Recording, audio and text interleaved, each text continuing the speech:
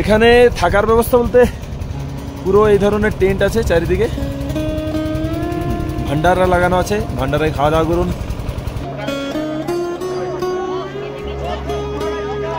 Sheshnag base camp থেকে বেরিয়ে পড়লাম পঞ্চতরণের উদ্দেশ্যে।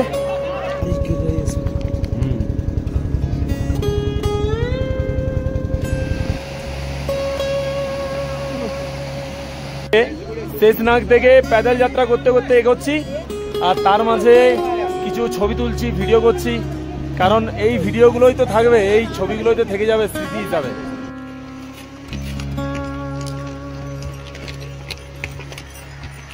ঠান্ডা প্রচন্ড আছে, এই অবস্থায় হেঁটে হেঁটে যাচ্ছি। গণেশ টপের ঠিক সামনে 14,000 ফিট উচ্চতা।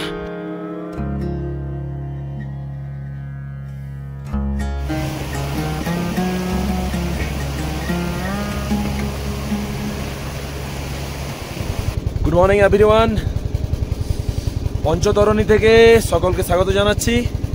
আমরা কালকে পৌঁছে গেছিলাম বিকেল 4টা নাগাদ পঞ্চতরণী।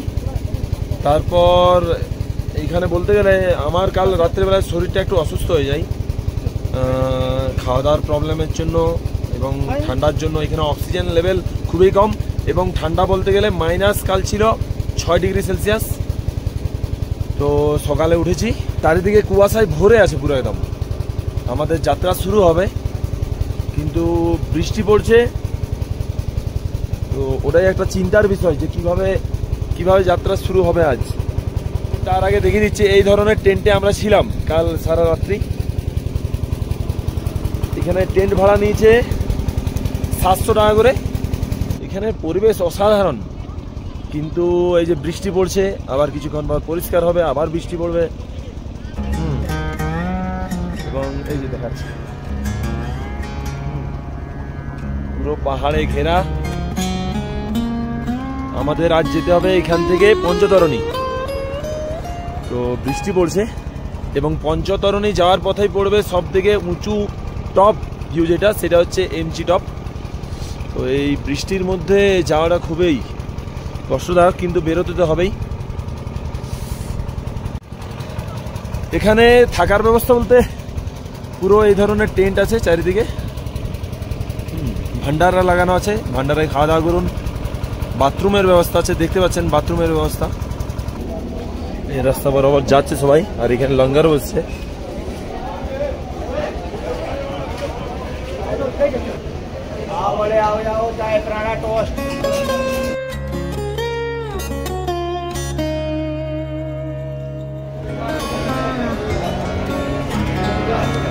এখানে এসে পর খাওয়ার এনার্জি পর্যন্ত নেই, এমন অবস্থা। উপরে অক্সিজেনের অনেকটা কম অভাব, অক্সিজেনের অভাব প্রচুর। খাওয়া দাওয়া থাকতে পারে কিন্তু খাওয়া দাওয়ার কারো ইচ্ছা নেই, হালকা খেয়ে বেরিয়ে পড়ছে।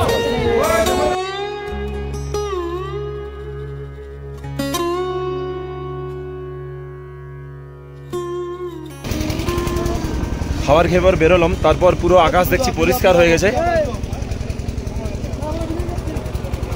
অসাধারণ অসাধারণ পরিবেশ হয়ে গেছে। আমি জাস্ট খেলাম বলতে চা খেলাম আর সামান্য রুটি খেলাম। তো এই পরিবেশটা অসাধারণ হয়ে আছে এখন। এরপর বেরিয়ে পড়বো এখান থেকেই পঞ্চতরণীর উদ্দেশ্যে।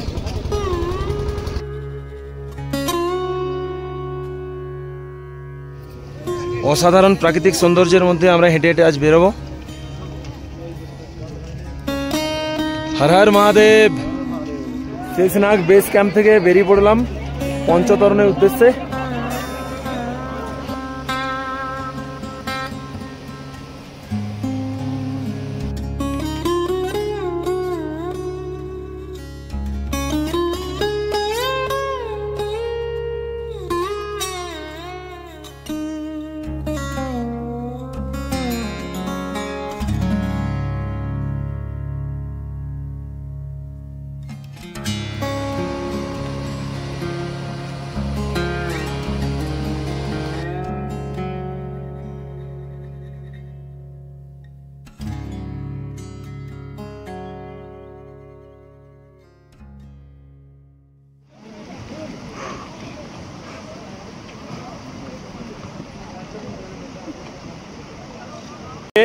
শেষনাগ থেকে প্যাদল যাত্রা করতে করতে এগোচ্ছি, আর তার মাঝে কিছু ছবি তুলছি, ভিডিও করছি, কারণ এই ভিডিওগুলোই তো থাকবে, এই ছবিগুলোই তো থেকে যাবে স্মৃতি হিসাবে।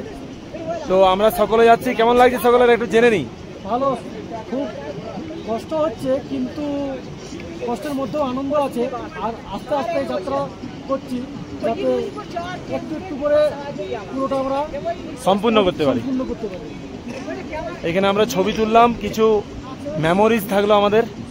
এরপর আমাদেরকে আরো যেতে হবে অনেকটা উপরে।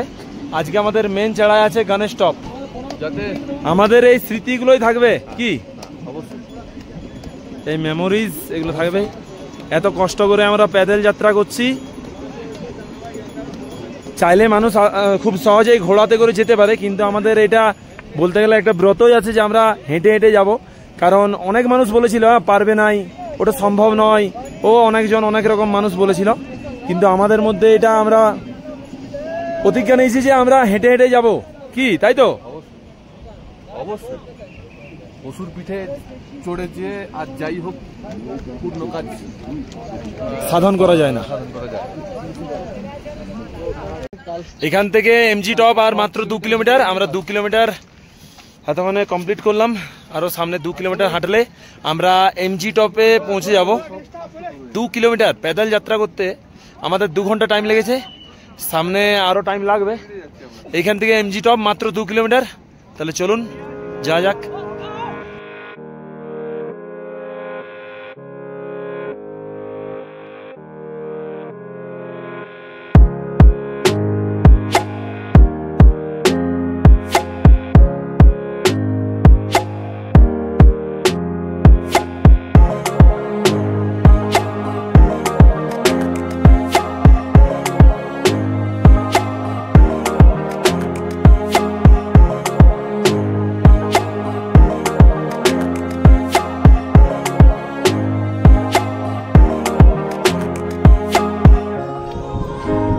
যাত্রা সব থেকে উঁচু টপের সামনে চলে এসেছি, গণেশ টপ। তো প্রচুর ঠান্ডা লাগছে এখানে, এখনো এতটা চড়াই উঠতে হবে। তারপর টোটালি আছে ঢালান আছে, যতটা এখানে এনার্জি এইখানেই শেষ হবে। তো এখন সময় হয়েছে একটা, ঠান্ডাও প্রচুর, তার সাথে অক্সিজেনের লেভেল এখানে প্রচন্ড কম।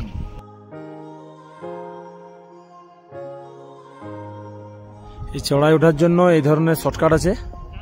শর্টকাটের ক্ষেত্রে আমি বলবো যে একটু সাবধানে উঠতে হবে, কারণ ছোট ছোট পাথর আছে, স্লিপ কাটতে পারে। আপনার যেটা মনে হচ্ছে আপনি সেটা করবেন, কিন্তু সব ক্ষেত্রে আপনাকে সাবধানে হাঁটতে হবে। ঠান্ডা প্রচন্ড, আর অক্সিজেনের লেভেলও কমে কমে আসছে।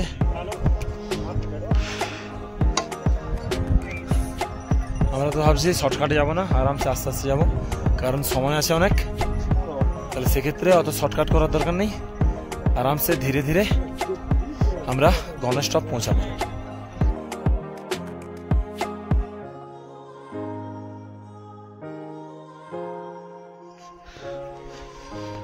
সময় 12:53, গণেশ টপের ঠিক সামনে দাঁড়িয়ে আছি। ঠান্ডা প্রচন্ড আছে, এই অবস্থায় হেঁটে হেঁটে যাচ্ছি। গণেশ টপের ঠিক সামনে 14,000 ফিট উচ্চতা। এই আমাদের অমরনাথ যাত্রার পুরো যাত্রার সবচেয়ে উঁচু চড়াই এই গণেশ টপ। এরপর পঞ্চতারণী। চলুন ধীরে ধীরে এগোই।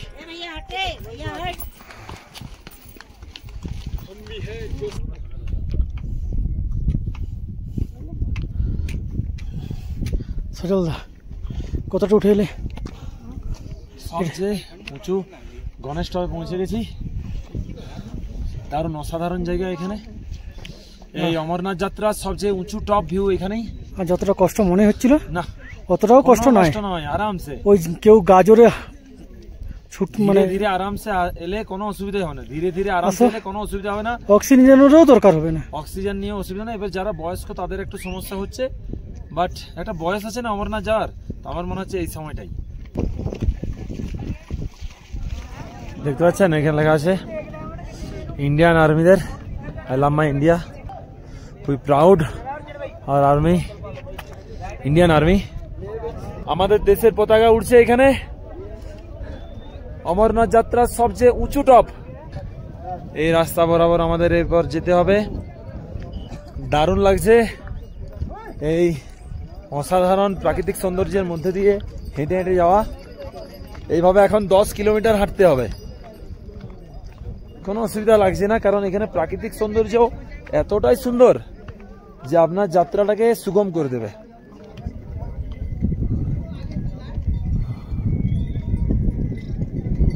প্রচন্ড ঠান্ডা দিচ্ছে, পুরো ঠান্ডা বাতাস। আর আমরা গণেশ স্টপ থেকে নিচে নামছি, আর আমার সামনে আছে পোস্টপাত্রী। গণেশ স্টপ থেকে পোস্টপাত্রী 2 কিলোমিটারের জার্নি, যেটা পুরোটাই আছে উতরাই। তাহলে সেক্ষেত্রে মানুষের অতটা অসুবিধা হচ্ছে না, ইজিলি ভাবে নামতে পারছে। এবং পোস্টপাত্রী থেকে আরো 8 কিলোমিটার গেলে পঞ্চতরণী বেস ক্যাম্প।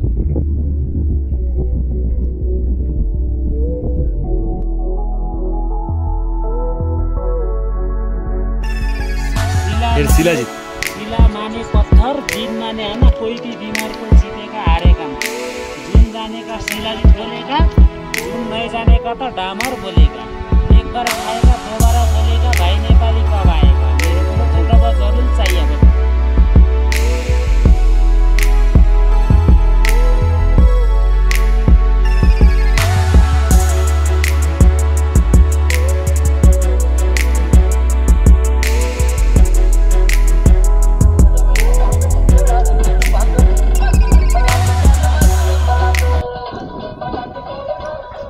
রাস্তার অবস্থা দেখুন,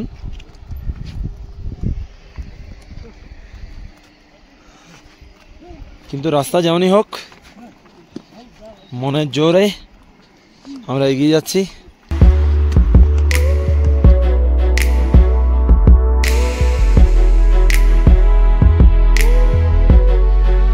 পোস্টপাত্রী বেস ক্যাম্পে আমরা পৌঁছে গেছি।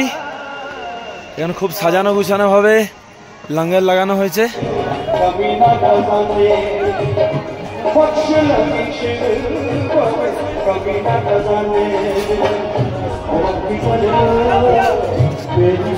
আমি এখন পৌঁছে গেছি পোস্টপাত্রী।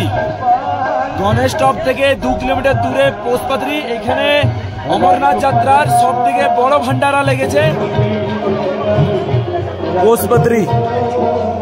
পোস্টপাত্রী বেস ক্যাম্প।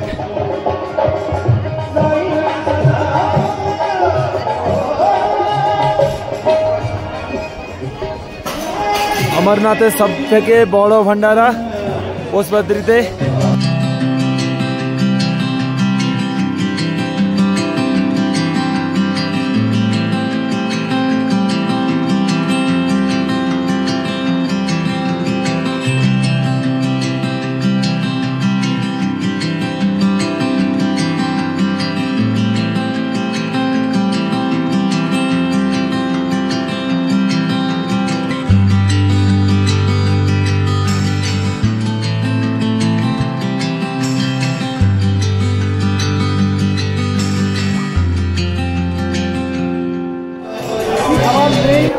খাবারের জন্য কোনো পয়সা লাগে না, শুধু খাবার অপচয় করাটা মানা আছে।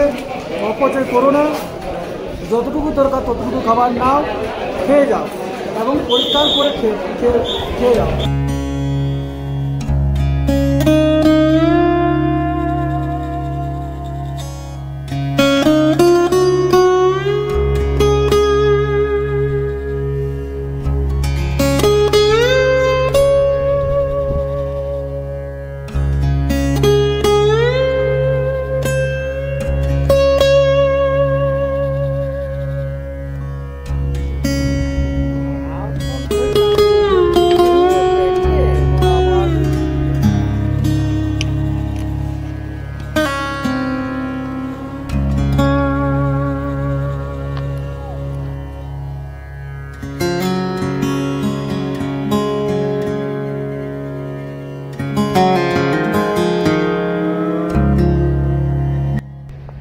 তো আমি এখানে যেটা লক্ষ্য করলাম সেটা হচ্ছে এখানে অনেক মানুষ আসছে, তারা নিজের ব্যবহারযোগ্য জিনিস নিজেরা ব্যবহার করছে এবং তার যে প্লাস্টিক র্যাপার সেগুলো এখানে ফেলে দিয়ে যাচ্ছে।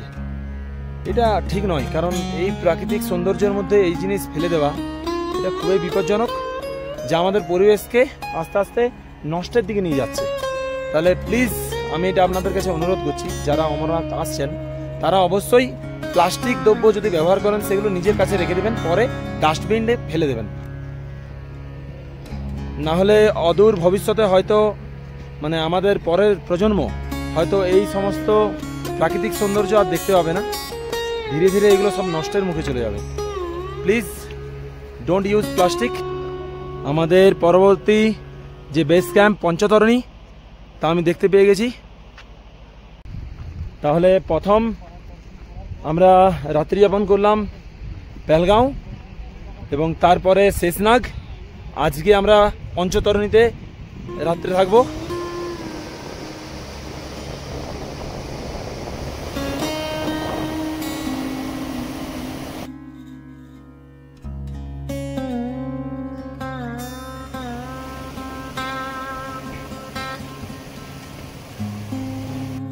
সন্ধ্যা 7টা কিন্তু এখনো পরিষ্কার আকাশ, পুরো ঝলমলে আকাশ কি, তাই তো?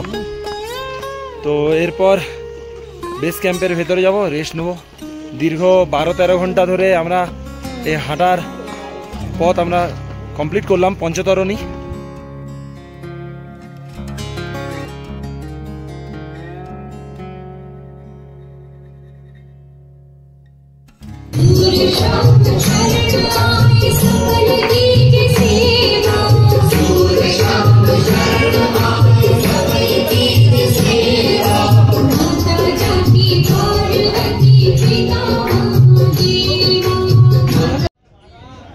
মহাদেব তোমাদের এত লেট কেন?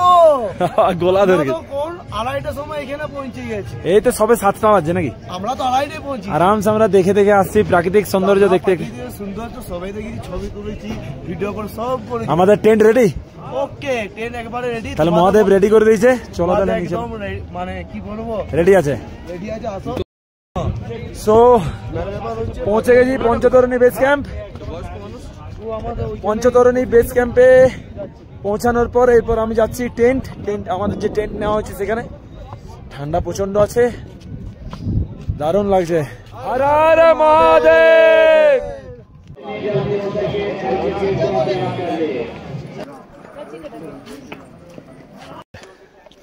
পঞ্চতরণী বেস ক্যাম্প থেকে বেরিয়ে পড়লাম। এখান থেকে সঙ্গম 3 কিলোমিটার। এখন সময় সকাল 6টা, আকাশ পরিষ্কার। হর হর মহাদেব, হর হর মহাদেব। চলো